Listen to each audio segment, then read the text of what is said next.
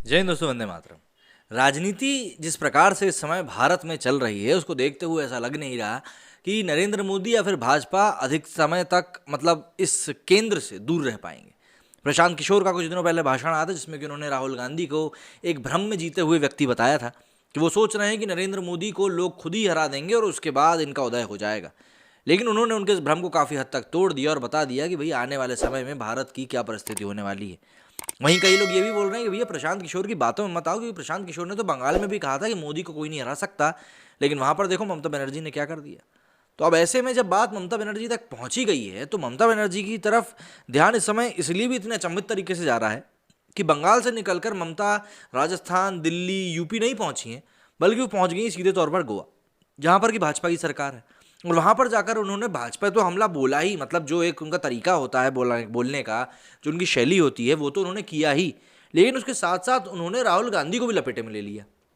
राहुल गांधी को लपेटे में लिया जाना इसलिए ज़्यादा ध्यान खींचने वाली बात है क्योंकि कुछ समय पहले जब एक विपक्ष के एकजुट होने की बात निकलकर सामने आई थी तो सबसे बड़ा सवाल वहां पर यह खड़ा हो रहा था कि विपक्ष तो चलिए एकजुट हो जाएगा, लेकिन उस एकजुट हुए विपक्ष में मोदी के सामने खड़ा कौन होगा।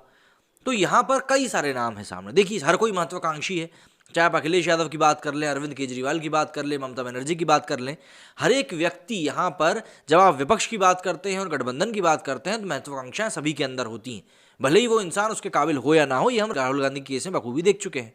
लेकिन यहाँ पर ममता बनर्जी उनके सपोर्टर्स ने साफ कह दिया था कि वो उस अलायंस का हिस्सा नहीं बनेंगे जिसमें कि चेहरा राहुल गांधी बनेंगे।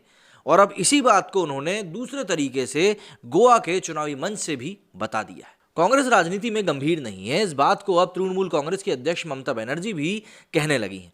बंगाल मुख्यमंत्री ममता बनर्जी का मानना है कि अगर यही हाल रहा तो प्रधानमंत्री नरेंद्र मोदी और भी ज्यादा ताकतवर होते जाएंगे। उनके मुताबिक कांग्रेस सही निर्णय नहीं लेती और इसी वजह से पूरे देश को जूझना पड़ता है, लेकिन वो दिल्ली की दादागिरी और नहीं सहेंगी। गोवा में अपने 3 दिवसीय दौरे के दौरान मीडिया से बात करते हुए बनर्जी से जब पूछा गया कि वो अगले लोकसभा चुनाव में प्रधानमंत्री पद की दावेदार हो सकती हैं, तो उन्होंने कहा कि वो कम महत्वपूर्ण व्यक्ति होना पसंद करती हैं और खुद को स्ट्रीट फाइटर कहलाना ज़्यादा पसंद करती हैं। बता दें कि गुरुवार को ममता बनर्जी ने गोवा जाकर स्थानीय नेताओं के साथ कई बैठकें की। उनकी पार्टी ने इस बार राज्य की 40 सीटों पर चुनाव लड़ने का ऐलान किया है। इसी दौरे में कांग्रेस पर बातचीत करते हुए उन्होंने कहा कि मैं अभी कुछ नहीं कह सकती क्योंकि वो लोग राजनीति को गंभीरता से नहीं लेते। मोदी जी कांग्रेस के कारण और भी ज़्यादा ताकतवर होते जाएंगे। अगर कोई निर्णय नहीं ले पा रहा है तो आखिर पूरा देश उससे क्यों जूझे। आगे उन्होंने कहा कि कांग्रेस को पहले भी अवसर मिले, उन्होंने भाजपा से लड़ने की बजाय मेरे खिलाफ मेरे राज्य में चुनाव लड़े। क्या तब नहीं सोचा कि जब उन्होंने मेरे खिलाफ मेरे राज्य में चुनाव लड़ा। बता दें कि इससे पहले चुनावी रणनीतिकार प्रशांत किशोर ने भी हाल में गोवा दौरे पे कांग्रेस नेता राहुल गांधी को आड़े हाथों लिया था और उन्होंने कहा था कि भाजपा अगले कई दशकों तक भारतीय राजनीति के केंद्र में ताकतवर बनी रहेगी। उन्होंने इसके लिए कांग्रेस को जिम्मेदार भी ठहराया था। ममता बनर्जी ने प्रशांत किशोर की टिप्पणी पर कहा कि मुझे लगता है कि उन्होंने कहा है कि अगर हम बीजेपी को हराना चाहते हैं तो हम ऐसा नहीं कर सकते जिस तरह से कांग्रेस आगे बढ़ रही है। हमें बीजेपी को कड़ी टक्कर देनी है। मैं चाहती हूं कि क्षेत्रीय पार्टियां सशक्त हों। हम चाहते हैं कि संघीय ढांचा मजबूत हो। हमें राज्यों को मजबूत बनाना चाहिए। राज्य मजबूत होंगे तो केंद्र मजबूत होगा। दिल्ली की दादागिरी हमें नहीं चाहिए, बहुत हुआ। मैं कांग्रेस के बारे में बात नहीं करूंगी क्योंकि कांग्रेस मेरी पार्टी नहीं है। मैंने क्षेत्रीय पार्टी बनाई है और बिना किसी की मदद के 3 बार सरकार भी बनाई।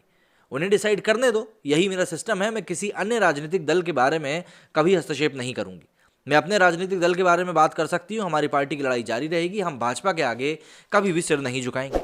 अब ऑब्वियस सी बात है, अगर इतने लोग राहुल गांधी के विपक्ष में आकर बात करेंगे तो राहुल गांधी की जो बची कुछ इमेज है, अमेठी से तो वो निकल ही गए हैं, वायनाड से भी निकल जाएंगे और धीरे धीरे भारतीय राजनीति से भी वो यूं ही गायब हो जाएंगे।